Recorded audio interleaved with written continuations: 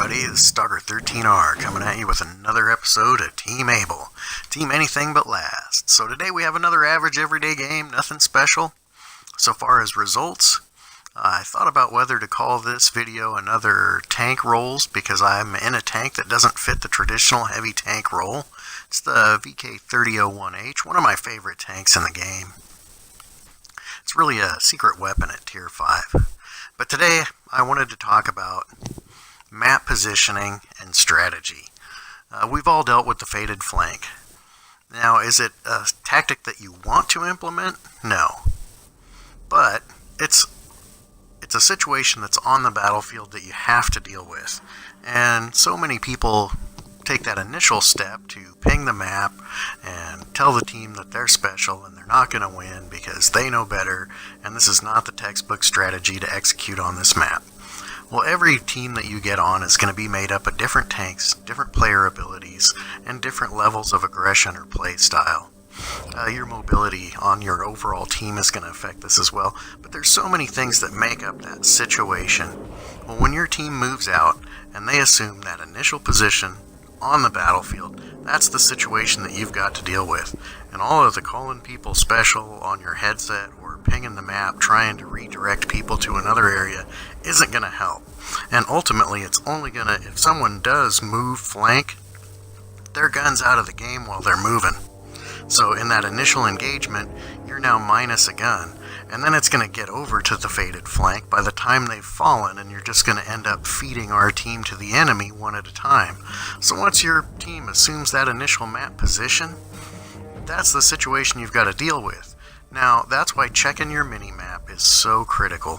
When you get to the flank that you've decided to go to, and your plan initially was, I'm a heavy tank, I'm going to push and be aggressive because that's my role, and you realize that you're the only one over there, or there's just a couple of tanks with you and you're not going to have the strength that you need, then don't push. Change your plan. What makes an elite troop is the ability to have a bad situation thrown at them, have a bunch of changes come up, have a not ideal situation, and their reaction isn't to give up and go to a defeatist attitude. It's to continue to make a positive effect on your environment. So here we are on Mountain Pass, and today we're going to have a faded flank on the ice road up in the north, and down in the southwest where that saddle is that controls most of what happens on the map and where the real battle is for, we're going to have a faded flank there initially. But since our team has these faded flanks, people have to realize that and adjust their strategy to stay closer to the base so that when these faded flanks do fall, with your lower mobility, you'll be able to be in a position to get back and to make that reset or to save that cap. So when you realize you have those faded flanks, it's always a good idea to go back to base. Like Klaus Kellerman says, you'll never hurt your team by going back to base. I'll let you check out his map tactics video on this map. It's a great video and it makes a lot of good points, but the strategy that we're doing today on this map with this particular team is absolutely opposed to the things that you're going to learn there. Now, when you watch my video or his video, I don't want you to take any of them as this is the right way. They're just making points about how these things can be done and what vantage points are on the map. Natural terrain features that can be used to your advantage. Now I've let this guy next to me take the rock. You saw that there was a light tank up there and he had to pull back. I can spot from here with this particular tank crew, and I can snipe from here with this particular tank crew, and they are never going to see me. My only concern is blind fire. So that's why I originally thought I might call this video Tank Rolls, because this is not a traditional role for this tank. Now you can see here that both of our flanks are faded. We've got one medium tank down in the southwest, and we've got just a couple of light tanks that are up on the ice road. So Stalker 13R likes to make the enemy pay a little bit, get some damage into them before we get to our battle engagement area, and I've already done that. So with that job done, here I go. Now, a couple of heavy tanks had already started moving off in this direction. but they were stopped by one T-34. I don't know why if they just didn't want to get overextended, but I want to get up into that saddle down here on this right flank. So I'm going to go give him the one shot. I'll take the hit. I've got the hit points to take it. But I am concerned because I know that ice road's going to fall. And now everyone's coming with me, and that's way too much. We need people back on the cap, and this particular vehicle is slow. So I've really got to watch how far away from that base I get. So I kind of pause here, and I think everyone else that was behind us there also thought better of it, and we had that other heavy tank that was behind me turn around and head back to base. If he hadn't made that decision, or she, then I would have. But I didn't have to ping the map, I didn't have to use the radial. We've got a team that's actually checking the mini-map and seeing the situation as it develops. So you've checked the mini-map when you got into your initial position. Now you'll see me briefly stop right here. I'm just checking that mini-map real quick to see if there's anything more urgent than me getting into this saddle and making some flanking fire on the enemy team. I've got great penetration, I've got great range, I can spot forever and a day. You'll see I have binocs on this heavy tank and a camouflage blanket.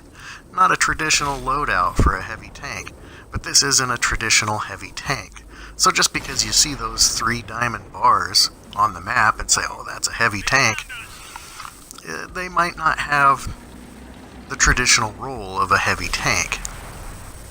I don't really have the armor to brawl in this thing like you would in a normal heavy tank, but I do have the ability to spot and snipe. It's only hindered by my low mobility.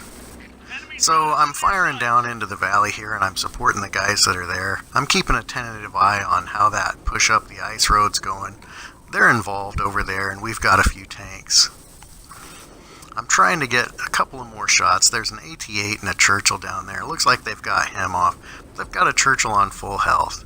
I'm not sure how that's going to go, and I can't quite get shots from here. Looks like there's a little pressure on the base, and we're going to have to start heading back. Now that light tank's already started.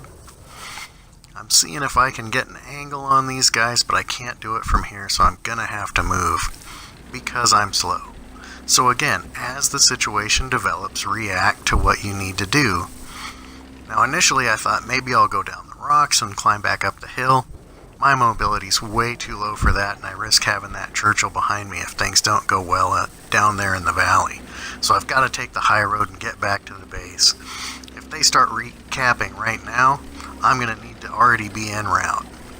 And here that timer's going. So I will be able to make it back to the base in time from here. The guys down in the valley aren't going to make it. But look at that. Must have been one of those eye for an eye. They took each other out. And we put this one up for a win. So again, I hope this will make some points of when there's a faded flank, it's already too late. Don't ping the map. Don't tell your team they're stupid. Don't take on that defeatist attitude. Just make a positive effect of your environment and adjust your strategy. Rather than taking the saddle and then pushing on to cap, I had to keep checking what was going on at our base to know when I had to fall back to reset or support. So the situation always dictates, and work with the situation that you have, not the situation that would have been ideal or that you feel would have been most beneficial to the team. By the time people are in position, it's too late for them to change flank. Don't try to get them to do it. They're not going to listen anyway. I'm going to go ahead and show my crew here. This is a level 9 crew rank promotion, and I've got 12 skills on it, working on my 13th. So it's an outstanding crew. If I was a person that swapped crews around, this would be the crew to do it with, but I don't, and we'll do another video on that. So I hope you got some takeaway from this, and thanks for watching.